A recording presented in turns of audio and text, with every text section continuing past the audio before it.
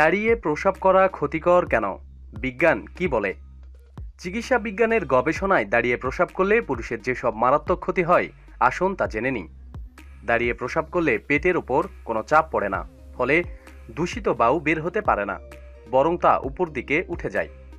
ফলে অস্থিরতা বাড়ে, রক্তচাপ বাড়ে, হৃদযন্ত্রের স্পন্দন বাড়ে, খাদ্যনালী দিয়ে বারবার হিক্কা আসতে থাকে। দাঁড়িয়ে প্রস্রাব করলে প্রস্রাবের থলি সরু ও লম্বা হয়ে ঝুলতে থাকে, ফলে প্রস্রাবের দূষিত পদার্থগুলো থলির নিচে গিয়ে জমা হয়। অথচ বসে প্রস্রাব করলে প্রস্রাবের থলিতে চাপ লাগে, ফলে সহজেই ওসব দূষিত পদার্থ বের হয়ে যায়।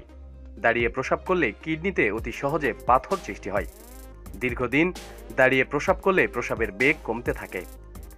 যারা নিয়মিত দাঁড়িয়ে প্রস্রাব করেন তাদের অবশ্যই শেষ জীবনে ডায়াবেটিস, জন্ডিস, কিডনি রোগ হবেই। দাঁড়িয়ে প্রস্রাব করলে পুরুষের যৌন শক্তি কমতে থাকে এবং পুরুষাঙ্গ নরম ও তেনা তেনা হয়ে যায় এবং সহজে সোজা ও শক্ত হতে চায় না। উত্তেজনার সময় যদিও শক্ত হয়, কিছুক্ষণ পর কিছু বের না হতেই তা আবার ছোট ও নরম হয়ে যায়। দাঁড়িয়ে প্রস্রাব করলে পরিবেশ দূষিত হয়।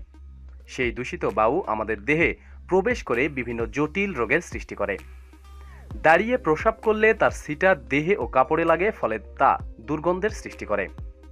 স্বাস্থ্য বিজ্ঞান বলে উপরোক্ত দৈহিক সমস্যা থেকে রক্ষা পাওয়ার জন্য আমাদের অতি অবশ্যই বসে প্রস্রাব করা উচিত। অথচ সর্বশ্রেষ্ঠ স্বাস্থ্যবিজ্ঞানী আমাদের প্রিয় নবী হযরত মুহাম্মদ সাল্লাল্লাহু আলাইহি সাল্লাম 1400 বছর আগেই দাঁড়িয়ে প্রস্রাব করতে নিষেধ করেছেন এবং বসে প্রস্রাব করার আদেশ দিয়েছেন। ওমর রাদিয়াল্লাহু তাআলা আনহা বলেন, নবী করিম সাল্লাল্লাহু আলাইহি সাল্লাম কোনো একদিন আমাকে দাঁড়িয়ে প্রস্রাব করতে দেখে বলেন, হে ওমর, তুমি কখনোই দাঁড়িয়ে প্রস্রাব করবে না।